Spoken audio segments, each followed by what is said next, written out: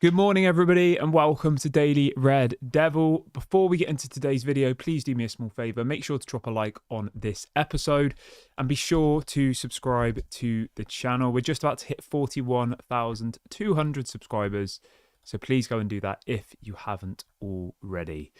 Right, we're going to be talking about all sorts on the show this morning. We're going to be talking about Tyler Dibling. We're also going to be talking about an exciting player from Dortmund.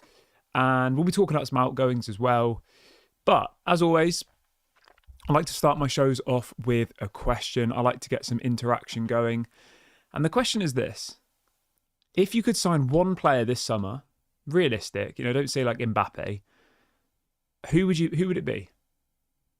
I think this is a great question. So you can sign only one player. Let me know in the comment section. I'll obviously answer this question as well. So, for me, I think a striker is the priority. And it has to be, I would say, world-class, or at least a prolific striker. So, we're talking people like Gyökeres, we're talking people like Hojlund. If I had to pick between the two of them, if I could only have one of them, I'd probably go Gyökeres. Because, obviously, he's worked with Ruben Amorim before.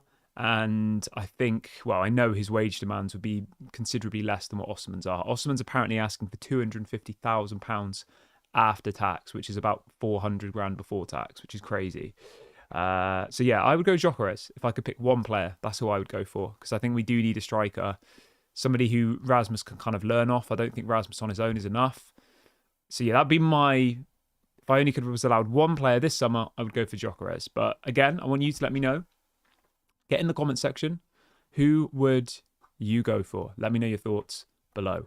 Right, let's get straight on into it though, and let's start off by talking about Tyler Dibling, a player that we've been linked to for maybe a year, 2 years now.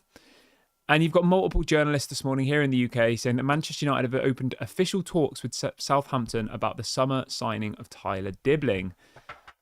I mean, this would be an interesting player to go for, wouldn't it? Obviously, Southampton are going to get relegated. I think that's safe to say. Played 25 times for Southampton this season. Obviously English as well, which helps with the homegrown quota. Only 19 years of age. Predominantly a right winger. So do they see him as someone who can operate as in that right wing back position potentially? He can obviously play as a striker as well and can play as an attacking midfielder. So he kind of solves all of our problems there, because we need more attacking midfielders. We need a right wing back or right winger, whatever you want to call it. And we also need a centre forward. So, and he can kind of fill in any of those three positions. Now, obviously, he's still very young. He's only 19. Obviously, isn't at his peak yet. But for the amount of money that he would probably cost, it could be a good deal. Obviously, Southampton are going to try and drive a hard bargain. Some people suggesting that they want as much as £50 million for Tyler Dibling, which is mental, absolutely mental. When you think that we were struggling to get 50 million for Garnacho, I don't see how Southampton think they can charge 50 million for Tyler Dibling. But at the end of the day, they set the price, and then it's whether clubs are willing to pay it. I think he's probably worth maybe 25, 30 at the most with some add-ons. I would have no problem with it being packaged as a £50 million deal, but only 25 to 50 million up front. That would be fair, I think. Because otherwise it's just crazy money, isn't it? For somebody who's only played half a season in the Premier League and has got 2 goals. Like, it's just stupid money. But I think, overall, he would be a good profile to bring in. I remember the first game we played against Southampton this season. He was really good, wasn't he? So, yeah. I haven't watched Southampton that much this year, to be fair. But whenever I do see clips of him and stuff, he does seem decent. So, yeah. How does everyone feel about that? Tyler Dibling to Manchester United. Apparently, Manchester United have now entered talks. He does only have 2 years left on his contract at Southampton, which is something to bear in mind. And obviously, with Southampton being relegated, there's going to be a lot of clubs circling for him. There's some reports saying that apparently Tottenham are also in the race. Tottenham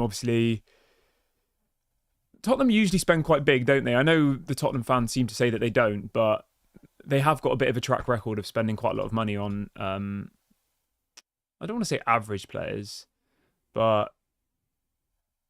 you know, they paid, like, was it 70 million for Solanke? Like, they've done it quite a lot in the past. So, yeah.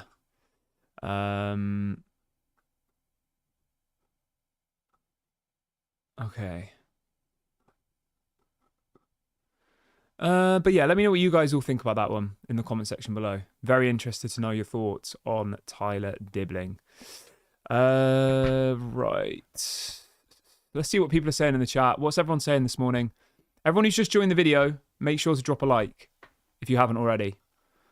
We're trying to get to 500 on the show this morning, so make sure you go and do that. Al says, is Tyler Dibling even that good? I mean, again, you're paying for potential, aren't you? Is he that good? I mean, from what I've seen of him, he seems good. But like I said, he's played half a season at Southampton. So it's difficult, isn't it? Phil says they're going to end up spending big for Matthias Tell. Yeah, that's a fair point. Would you take Pogba? Would I take Pogba? Probably not. I don't think so. I do like Paul Pogba. I just think that even if you kind of put aside his ban from football, even before that, he was injured for like the last 3 years. So, yeah, I don't think so. What would that be? The third time that Pogba's been at Manchester United? If Pogba wanted to come to Manchester United and train with the team and be on like a contract where he was paid only if he played, then maybe.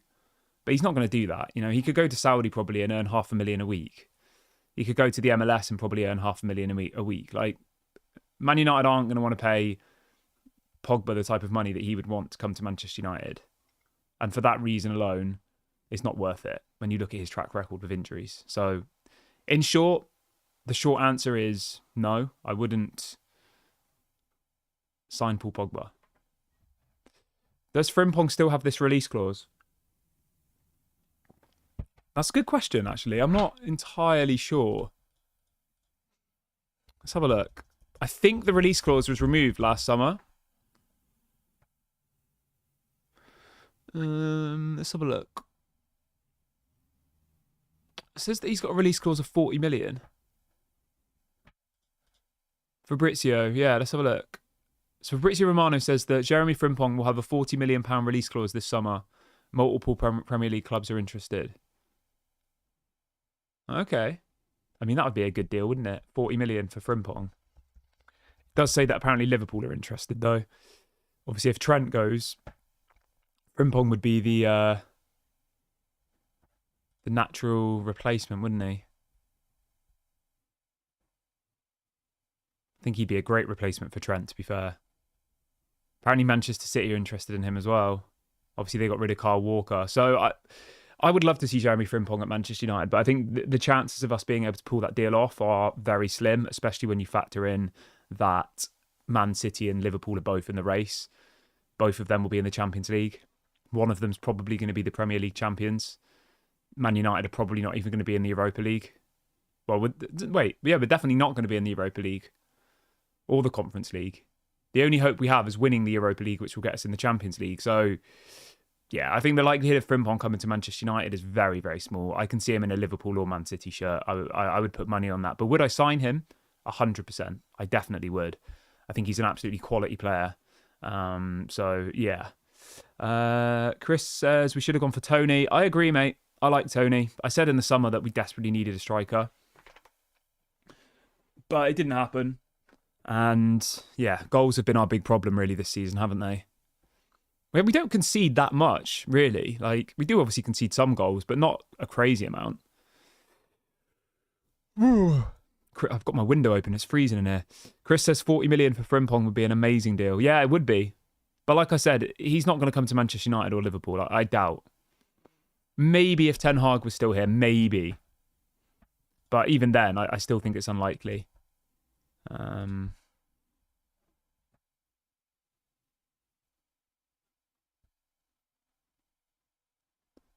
Yeah, but let me know what you guys think about that.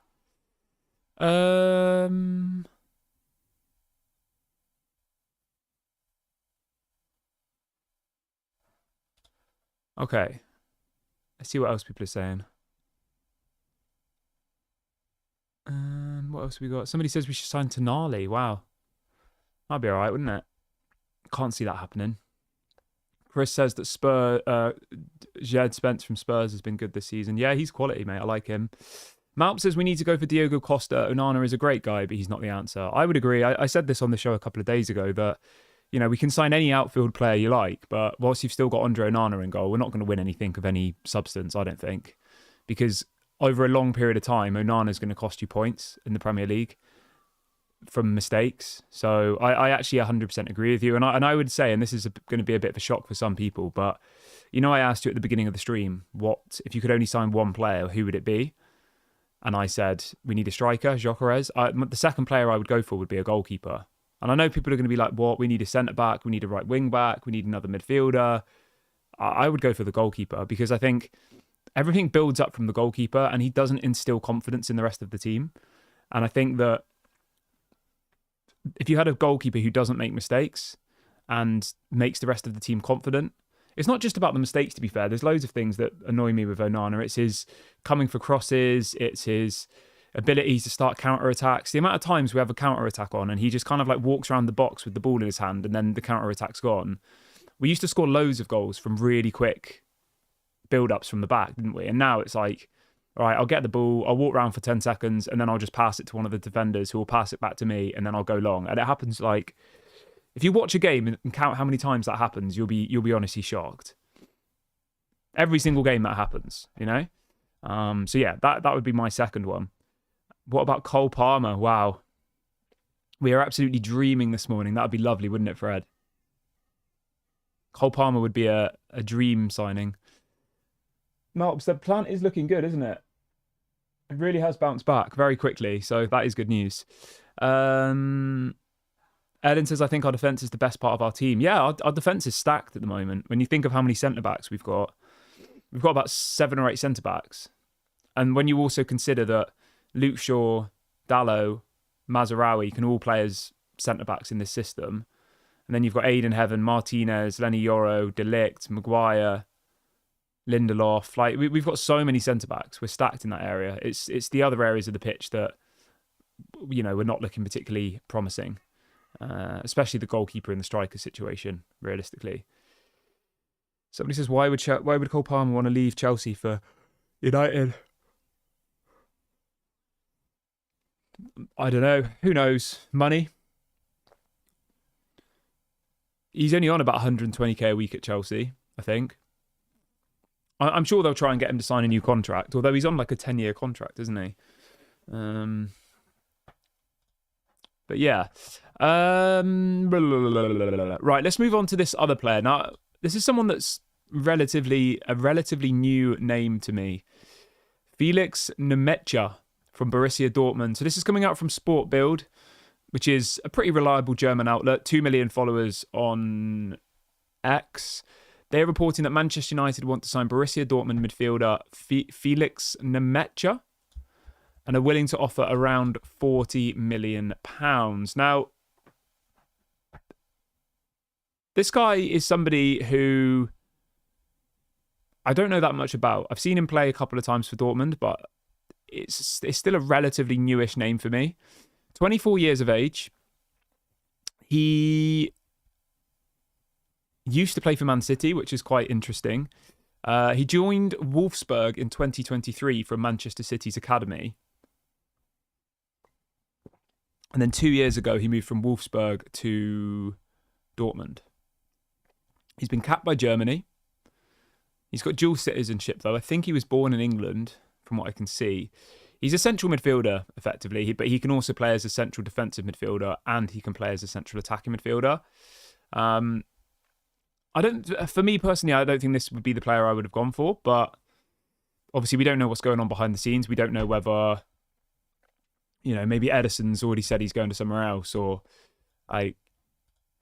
I think he'd be an interesting profile, but he's not my number one target. And I think for £40 million, it sounds like a lot.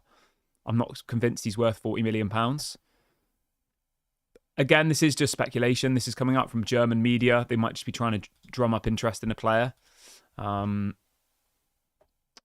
yeah, I don't know.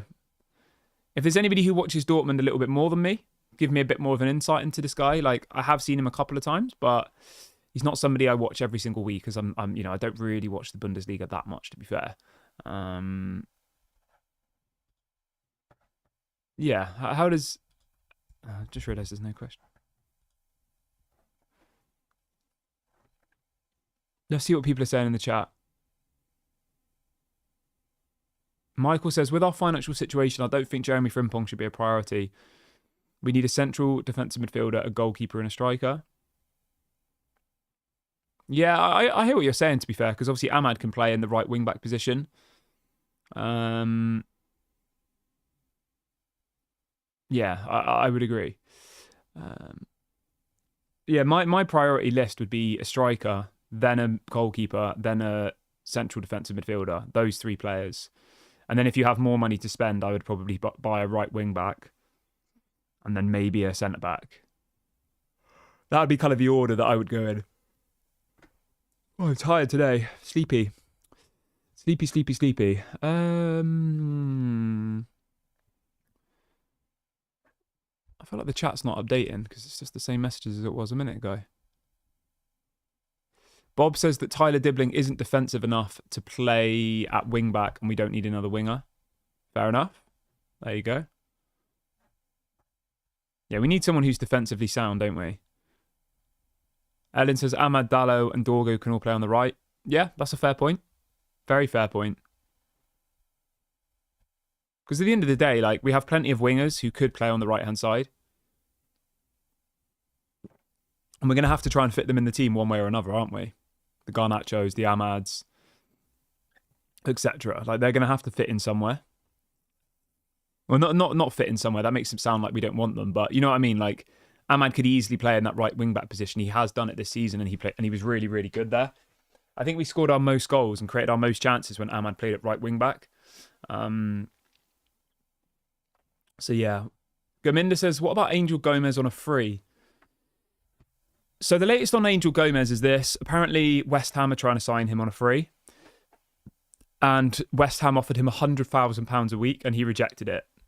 Now, is he hoping that a bigger, a top club, obviously West Ham are a top club, but I mean, a team like a Man United and Arsenal or Chelsea or Liverpool, is he hoping that someone like that will come in? Maybe. Would I sign Angel Gomes for 100,000 a week? Probably not. I think that's a little bit excessive. I don't think he's worth that. Yeah, I think for me, he's probably like a 40-50 million pound player. Tops. Something around there. 100 grand a week, even if he's on a free, sounds like a lot.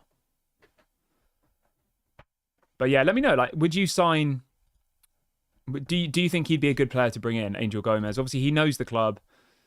I don't think he's that prolific. I think we looked yesterday and he'd only got 2 goals so far this season, which is, I mean, it's not great, is it, for a central attacking midfielder? But yeah, I mean, it's an interesting option, isn't it? It's an interesting option as a free transfer. What else have we got? Greg says, what about Manu Kone? We should give the kid a go. Yeah, I mean, that's an interesting option as well. I'd have no problem with us giving some of these youth players a chance if it means that we spend the money properly on proper world-class players, like a world-class striker, a goalkeeper, a midfielder. Gomes, Chris says Gomes did all right for England. But that was like in a friendly, wasn't it? I mean, it's not really the same. I don't think he got in the England squad this time, did he? I might be wrong, though. I'm pretty sure he's not in the England squad now, is he?